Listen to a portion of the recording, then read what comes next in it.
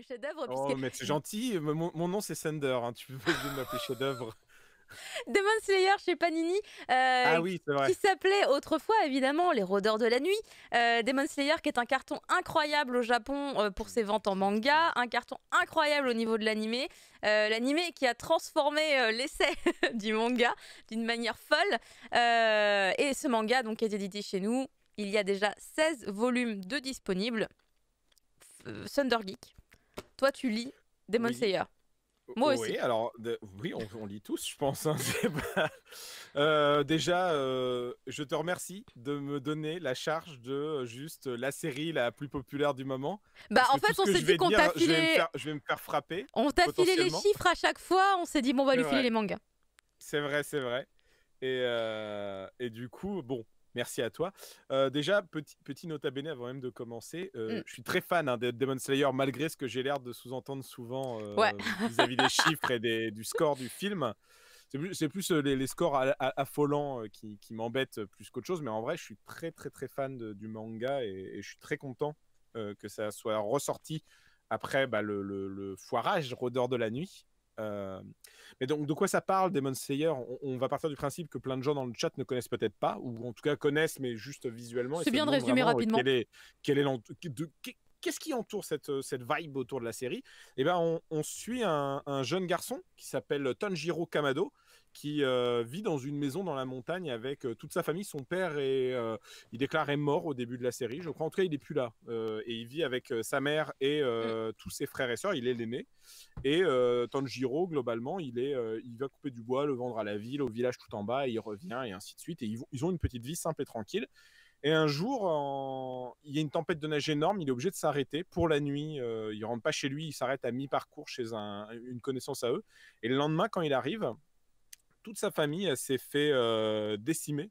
Et ils ont tous été tués, sa mère, les petits, par les démons, les Oni en fait, Oui. euh, qui les ont massacrés, qui les ont mangés. Et seule survie, sa petite sœur, sa première petite sœur, donc la plus âgée après lui, la fameuse Nezuko.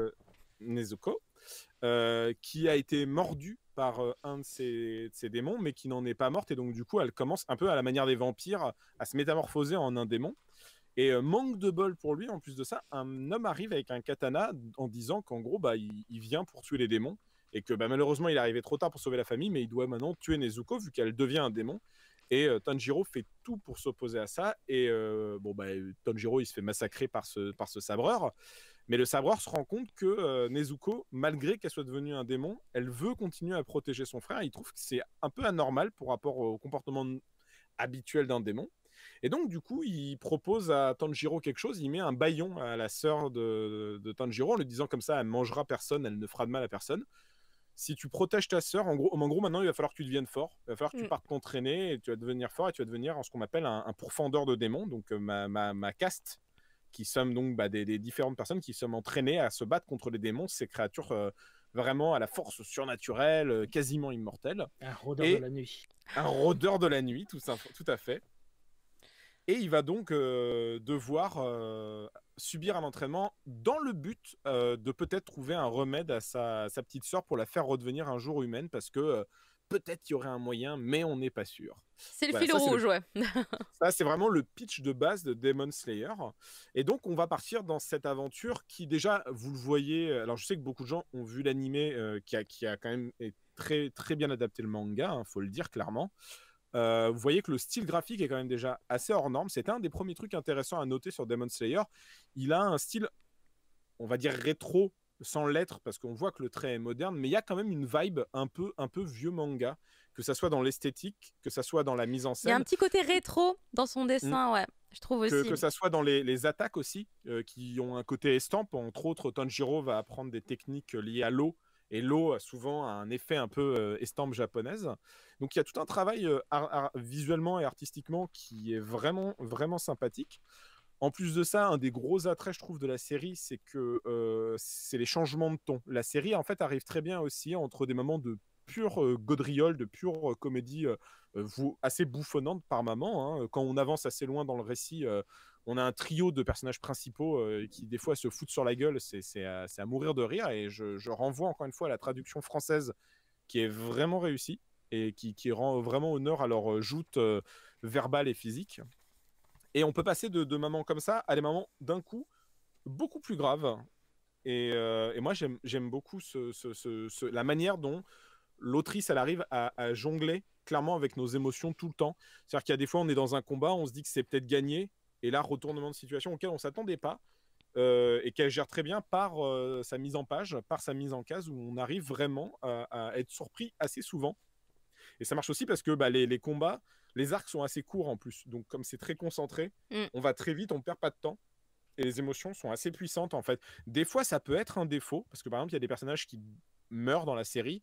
Je vais y revenir juste après sans spoiler, mais disons que le concept de la mort, je vais revenir dessus dans Demon Slayer, mais des personnages meurent et on a à peine eu le temps de les voir et de s'attacher à eux, je trouve. Donc je comprends l'idée scénaristiquement. Je trouve que des fois, ça ne marche pas. Il faut bien qu'il y ait des bémols, hein, malheureusement. Je suis désolé. Non, mais je sais déjà, je vais me faire frapper. Là, non, bah non, non, non. Parce que je regarde plus le chat depuis 5 minutes exprès. Hein. Non, mais parce qu'en fait, Demon Slayer, c'est un succès. Ils disent rien et t'écoutes. Demon Slayer, c'est un succès incroyable, mais les gens ne disent pas forcément que c'est une œuvre avec zéro défaut. C'est juste qu'en fait, elle a ce quelque chose qui va finalement toucher plus facilement les gens.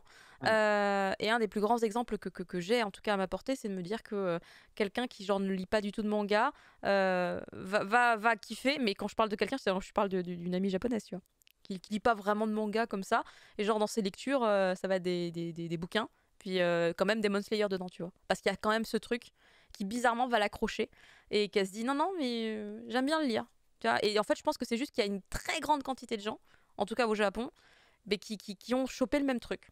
Au-delà de tous les très grands fans hardcore, évidemment, qu'on a pu voir dans des vidéos, etc. Mais je pense qu'il a ce truc simple qui doit capter facilement l'attention des gens qui ne sont pas forcément férus de manga. Moi, je pense, c'est mon avis très personnel sur la série. Je pense que l'une des raisons, la raison du succès au Japon, elle est multiple. Et là, le débat n'est pas là ce soir. Mais effectivement, on peut se poser la question des fois, c'est peut-être un peu démesuré. Et effectivement, ça l'est. Hein, c'est une anomalie dans le système au Japon. Et je pense qu'on ne peut même pas prendre le baromètre Demon Slayer maintenant comme un modèle de référence, tellement c'est une espèce d'étoile filante, quoi. C'est vraiment dans le ciel du manga. C'est une étoile qui est passée, qui a tout écrasé. Il y a des gens qui commençaient à dire que Jujutsu pouvait peut-être prendre la même direction. Et il s'en est rapproché, hein, pas mal. Hein. Je sais pas si tu as vu les ventes dernièrement de Jujutsu. C'était pas mal. C'était pas mal dernièrement. Oui, mais je pense pas que ça peut être le même effet parce que... Identique, non. Identique, non, mais quand même. Il y a une différence dans la narration en fait, des deux séries. En fait, je pense que je comprends quand même plus pourquoi est-ce qu'on a un attrait pour Demon Slayer comparé à Jujutsu. Là où Jujutsu en plus met du temps à démarrer, déjà Demon Slayer met pas de temps à démarrer. On démarre direct. Très vite. On y est là. Demon Slayer présente son méchant principal dès le 2e volume, ce qui est quand même assez osé. Moi, je n'ai pas suivi les chiffres à l'époque. Avant que la série soit un phénomène, je pense que la série ne marchait pas beaucoup au début et qu'ils avaient déjà commencé à écrire une fin au cas où ça pouvait faire que 3 volumes. Finalement, ça a pu se développer, tant mieux. Et je pense que une des raisons vraiment... Je pense qu'il y en a de toute façon plusieurs. Il y en a plusieurs, mais je pense qu'il y en a pas des raisons de pourquoi l'œuvre elle est atypique et pourquoi est-ce qu'elle marque les gens. Pas forcément, je parle pas du succès, je parle vraiment pourquoi est-ce que on a envie de continuer à la lire. C'est son rapport à la mort et son rapport à la force des personnages. C'est-à-dire que les démons sont très forts dans le récit. Et Tanjiro, il le dit à un moment très bien, il pleure en disant mais chaque fois qu'on fait un pas en avant, on se prend tout de suite un mur.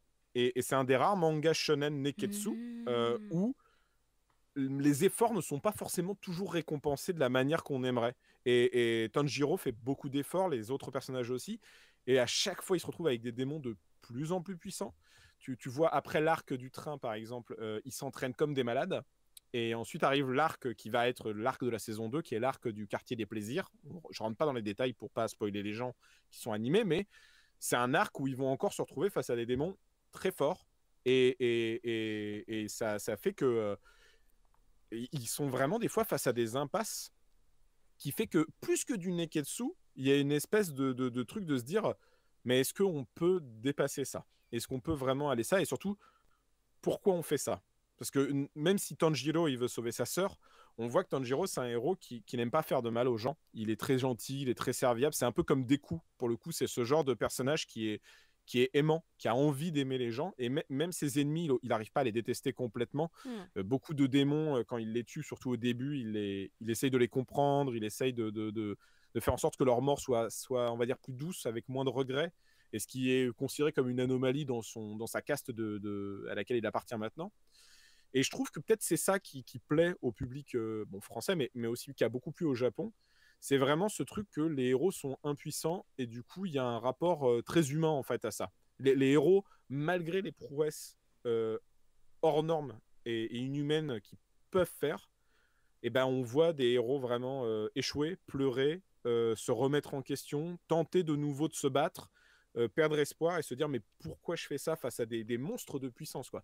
Et la Alors que dernière Citron parle fois, d'un côté fataliste. exactement. Et la dernière fois que j'ai ressenti ce côté fataliste, c'était dans l'arc des fourmis chimères de Hunter x Hunter en fait. Je trouve qu'il y a la même intensité de force où tu vois des héros, en plus que des fois tu suis longtemps, qui sont très puissants et ils se retrouvent face à des monstres de puissance auxquels on ne peut rien faire, sauf si on sacrifie quelque chose. Et bon, là je rentre pas dans la zone spoil, mais peut-être que à la manière d'Hunter x Hunter, Tanjiro devra peut-être sacrifier des choses s'il veut aller plus loin et devenir plus fort. Mais est-ce qu'il pourra le faire? Est-ce qu'il voudra le faire? Et c'est des questions, au final, je pense, je suis pas japonais, mais je connaissant un peu la mentalité japonaise, le rapport à l'au-delà, le rapport à la mort, le rapport au divin, je pense que c'est une des raisons qui fait que ça touche et que ça marche, je pense, plus qu'un titre comme Jujutsu Kaisen qui est moins fataliste et un peu plus cru et surtout qui a un peu plus de mal à expliquer où il veut aller. Je trouve que la beauté de Demon Slayer, c'est la pureté du récit. Ça a beau des fois être un peu nawak, ça a beau des fois être des arcs très courts, je trouve que le titre, il est très clair sur sa volonté. Même s'il y a de la redondance, a priori il y a un peu de redondance finalement sur certaines parties, mais fatalement oui. parce que du coup c'est... Enfin, moi ça me semble logique qu'il y en ait. Ça fait que 22 volumes en même temps, c'est très court pour un shonen de ce genre-là, et elle a réussi quand même à faire des arcs des fois très puissants et intenses en termes d'émotion, qui se tiennent en 2 ou 3 volumes. Alors oui, des fois c'est redondant, et oui, des fois il y a des arcs, je trouve, qui ne marchent pas trop. Moi, l'arc du train, par exemple, à titre personnel, je ne l'ai pas trouvé si incroyable que ça. Je comprends ce que les gens aiment dans l'arc du train, mais je le trouve pas si incroyable. Je trouve l'arc d'après plus ouf, par exemple, à titre personnel. D'accord. Mais il paraît, enfin, moi, il y a des gens qui m'ont dit, les gens, quand ils ont été voir au cinéma, en tout cas, l'Arc du Train, du coup, puisque l'Arc du Train, c'est le film qu'on attend désespérément. Il y a des gens, enfin, vraiment très nombreux. Ils ont pleuré dans la salle. Oui, mais c'est ce que je te disais. En fait, je pense peut-être qu'en film, ça marche mieux. Mais dans le manga, en plus, tu le lis, ça va très vite. Et il y a des personnages, disons, il y a des choses, je trouve, ça peut pas marcher en termes de rythme parce que j'ai pas le temps de m'y attacher. C'est vraiment un ressenti personnel. Je trouve que, à contrario, d'autres personnages que tu suis un peu plus longtemps, il leur arrive des choses et je ressens. Moi, il me faut que je ressente un peu d'empathie. En fait, je peux pas avoir de l'empathie juste parce qu'un personnage est classe. Ça, c'est une technique des shonen manga. C'est de vite qu'on aime un personnage parce qu'il a un look incroyable, parce qu'il est très fort, parce qu'il a des phrases très stylées. Mais je trouve que souvent, ces personnages-là peuvent être un peu creux. Je prends l'exemple de Bleach. Il y avait des tonnes de personnages incroyables dans Bleach. Il y en a beaucoup, ils étaient vraiment relégués à l'arrière-plan, en fait, dans les capitaines, par exemple. Et en vrai, au final, les plus intéressants, c'est ceux qui étaient le plus souvent mis en avant et qui avaient un vrai développement narratif. Mais c'est bien, en fait. Si ça fait pleurer les gens, si les gens ils sont contents, moi, j'ai pas de problème. Hein. La série est très bien, de toute façon. Je trouve juste que des fois, elle ratait ce qu'elle voulait et de toute façon, ça reste une excellente série, hein, je trouve. Ça reste une excellente série. Le fait qu'elle soit un énorme succès devrait pas vous freiner parce que je sais que plein de gens disent bah, c'est tellement surcoté, machin et tout, j'ai pas envie d'y aller. En vrai, essayez d'oublier la hype, prenez le titre pour ce qu'il est. Il a des défauts, c'est vrai, mais je trouve qu'il a des qualités qu'on trouve rarement dans ce genre de shonen et surtout les shonen du Shonen Jump qui des fois n'ont en plus de volume, il raconte moins de choses, des fois, certains. Là, je trouve quand même qu'il a tenu le bon rythme, quand même. Il y a quelqu'un dans le chat qui dit c'est Oasis avec des numéros derrière, je les ai plus. Oasis qui D'accord. dit qu'il n'a jamais lu de manga, mais qu'en nous Oui. écoutant, nous écoutant tous, ça lui donne envie de s'y mettre. Ah bah, c'est C'est un cool, très gentil compliment. Ah c'est bah, cool. c'est des gentils compliments. Ça veut donc dire que j'ai pas blablaté 15 minutes pour rien parce que je me suis dit, je suis en train de raconter tout ça, mais ils l'ont tous lu ou vu l'animé, donc ça sert à rien ce que je suis en Moi, train je de suis en faire en retard même sur le temps. manga. J'ai quelques volumes seulement de lus. Je suis loin des 16 sortis en France. C'est là que je réalise que waouh, c'est sorti tellement vite. Car je me revois encore en achetant les premiers Mm. tomes. Tu vois, je me revois. Otsume Store, c'était Otsume Mm. Store quand il est sorti et Là, tout. là, je vois, t'as Léo qui dit qu'elle a bien aimé les mangas, de ce que j'ai compris, mais justement, elle a la flemme de refaire l'histoire en animé. Mais je comprends parfaitement. Moi, je ne l'ai pas fait l'animé. J'ai regardé 2-3 épisodes. Hmm. J'aime bien l'opening, j'aime bien l'ending. Enfin voilà, mais je comprends parce que je trouve que l'animé est joli. Il apporte une plus-value d'animé, c'est-à-dire de la couleur, de l'animation, de la musique et des Hmm. voix.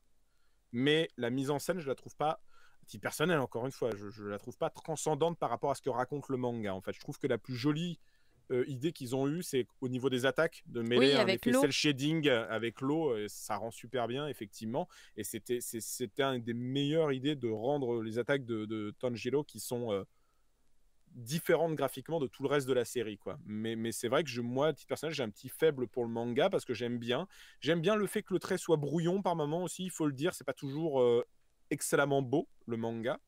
Il y a des moments où elle dessine pas très bien, c'est pas très grave, j'ai envie de dire. Je préfère pardonner, je préfère pardonner à des titres qui ont des défauts mais qui ont des qualités en or que des titres qui essayent d'être des choses qui ne sont pas et qui sont un peu pourris en fait. Et les Demon Slayer, c'est tellement une série incroyablement bien que je peux clairement pardonner les défauts qu'elle peut avoir, fussent-elles très gênants pour certains en fait. Mais je me demande si c'est un défaut, tu vois. Le fait que justement il y ait des passages qui soient peut-être un peu brouillons, etc. Moi, je j'ai pas l'impression que que ce soit vraiment considéré comme un défaut dans le sens où j'ai l'impression Hmm. que, enfin, tout simplement, c'est fait exprès et que c'est juste globalement c'est sa patte, c'est son style. Et je crois que d'ailleurs c'est un petit peu ces petites imperfections qui font, je pense, une grande partie du charme et qui peuvent peut-être aussi jouer sur le fait que ça ait pu plaire autant. Parce que déjà c'est radicalement différent de ce qui se retrouve ailleurs, ne serait-ce que dans le Shonen Jump, tu vois, quand tu Ah feuillettes le oui, Shonen Jump, quand je t'es parlais direct, de tu vois. problèmes de dessin, en fait, quand je parlais de problèmes de dessin, je vois ce que tu veux dire. Je pense, tu vois, Ouais, tu parles quand les traits sont pas droits exprès et tout. ouais, Non, non, moi, ouais. je parlais plus que des fois, il y a des problèmes de perspective ou de proportion des personnages. C'est déjà arrivé dans des moments un peu action. Je me dis, ah, c'est un peu raté, là, on voit le bras, il est un peu bas par rapport à l'épaule ou quoi. Mais c'est pas grave, en vrai, c'est pas grave, et t'as raison. La force comique aussi, elle est là, hein. Quand ils ont Mm. des sales tronches, Tanjiro et Zenitsu, et c'est là qu'ils sont fabuleux, quoi. Il y a Tarte au citron qui dit que Fumble a sûrement déjà tout lu sur On Manga veut mon Plus. avis? Non, en fait, j'ai pas lu le manga. J'attendais la suite de l'animé comme un gros con. Bah tu l'auras, juste t'auras pas le film. Et oui, après le, le solo de Thunder, oui, effectivement, j'ai peut-être envie de. Je me dis, il faut que je m'y mette. Le truc, c'est que ouais, il faut que je rattrape tout. Je vais quand même pas, tu vois, commencer à lire le manga à partir de la fin de l'anime. Ça se fait pas. C'est un peu. On le fait En même seulement pour temps, l'attaque des titans parce qu'il faut finir, mais bon. t'as peu à rattraper parce que la première saison, c'est 6 volumes. Ouais. Ça C'est va, quand ça même va si assez. volume. Ouais, mais ça va assez vite parce que rien que les 3 premiers épisodes forment quasiment un volume et demi, tu vois. Mm. Donc, enfin, ça va vraiment très vite en vrai. Donc, je te conseillerais de les lire quand même. Et au pire, commence à partir du volume Ouais. 7, hein, commence à partir de l'arc du train. Mais non, non, c'est une excellente série qui a un très bon univers. Enfin, ouais, c'est. Je me disais juste quand tu as commencé à résumer l'histoire que Tanjiro avait quand même eu beaucoup de chance sur l'exterminateur sur lequel il Oui, est tombé. Oui, parce qu'en fait, quand tu vois les autres, C'est un gros coup de bol quand tu même. dis ah ouais, c'est la famille Ça Adams, se hein, serait pas quand même. passé Hein. comme Je ça. veux pas dire, mais bah, j'avoue que c'est un peu l'enfer. Oui. alors, je veux pas rentrer non plus dans cette zone-là, mais ça me semble pas être si hasardeux que ça, en fait. C'est-à-dire que déjà, il est sous-entendu qu'il a un odorat très développé, il est pas rentré, mais il sentait des trucs bizarres et tout et tout. Et en vrai, il aurait été là, il aurait senti les démons, je pense, très vite. C'est Il aurait Love fait quelque chose. Fragrance le truc, mais on savait pas. Bah, non, mais c'est dès le début, il le dit. Oui, Il sent, oui, c'est pour ça que j'y d'ailleurs, repense. C'est un petit gimmick un peu rigolo. C'est pas vraiment un spoil de l'histoire, mais je trouve ça marrant. C'est que ils sont 3 héros. Lui, il a donc un Oui, odorat très développé. Zenitsu, lui, il a une ouïe très c'est Louis, développée. ouais. Et le dernier, j'oublie toujours son nom, celui qui a la hure de sanglier, le beau gosse. Ah, ah, Qui a les oui, beau gosse avec les sabres cassés, mais ils vont oui, le dire dans le chat, avec c'est les pas yeux grave. incroyables, oui. Exactement. Pourquoi j'ai pas Lui, son il nom me qui semble revient? qu'il a justement, il a une, Inosuke, oui, oui, il a Inosuke, Inosuke, merci, Inosuke, merci merci. le chat. Hypees, Inosuke, Chronos, il a tout le une monde, vue, merci. il a une vue perçante, il me semble. Et ça m'a Mm. rappelé un autre manga du Jump qui a qui a eu un petit succès, mais moindre que Demon Slayer, c'est Toriko, où les 4 plus gros guerriers du récit, le Toriko et ses 3 frères d'armes, ils avaient chacun un des sens ultra développé. Et Toriko, justement, c'était le nez, je crois aussi. Il y en a un qui avait Ah, l'ouïe, un quelqu'un qui m'en avait les avait parlé. sens. Peut-être que c'était toi qui m'en avais déjà parlé. Non, je crois pas. Je me suis fait la réflexion il y a quelques jours. Je fais, mais Il tiens, y a c'est vrai quelqu'un qu'il y qui avait m'avait déjà un manga déjà du Jump sorti où il y avait ça, ce ouais. truc-là, quoi. C'est rigolo. Quelqu'un Et qui m'en avait déjà parlé. Zebra, c'était le son, mais du coup, effectivement, Mister Ruka, Zebra, c'était le son, mais du coup, c'est la voix. Donc, c'est un autre sens, en fait, effectivement. Yes. Mais bref, ça n'a aucun rapport. Mais je trouvais ça rigolo, en fait, qu'il y ait cette idée. J'aime bien cette idée d'un groupe qui se complète, en fait. Et là aussi, c'est intéressant, en fait, comment c'est amené. Et donc on en est déjà Voilà. au 16e volume, c'est bientôt la fin mine de rien puisque la série est terminée au Japon je crois en 21 ou 23 volumes, c'est un chiffre impair de souvenir. 20... Ah, bah alors Et là on c'est va me dire 23, c'est je dirais. 22, c'est ça. Moi j'aurais dit 22, mais c'est peut-être 23. Ah je crois que c'était un chiffre impair de Mais souvenir. ils vont le dire dans le chat dans 2 secondes. 23, 23, bam, eh allez, bingo. Bravo. Allez, c'est pour moi. Bingo, bingo. Et du coup c'est Voilà. bientôt la fin, voilà, c'est déjà 16 volumes, ça va hyper vite en fait, hein. Je me rends pas compte du temps qui passe, qu'on va avoir... la fin de la série sans s'en rendre compte, c'est terrible. Il faut vite que je me rattrape parce que c'est une série que j'aime bien en plus. Puis en plus, l'édition actuellement, elle est très très sympa, donc ça fait très plaisir. C'est une édition manga classique, mais par rapport à ce qu'on avait avant chez Panini, Oui, comme on l'a dit tout mais à l'heure, c'est ça. c'est un plus non négligeable. Comme C'est il y a un eu un manga glow-up. très agréable à avoir en main, je suis d'accord. Il y a un glow-up, qui est sympa. Perdu Thunder, Ah, mais purée, t'as raison. il a freeze. Pif. Écran noir. Bon. Eh ben, Bah, on c'est va passer parfait. à la- on va passer à la suite. Ainsi, nous concluons cette chronique. Critique, Nous cette passons chronique maintenant à découverte. 20th Century Boys et moi je voulais pas forcément vous parler d'histoire parce que du coup on est sur un très très grand classique.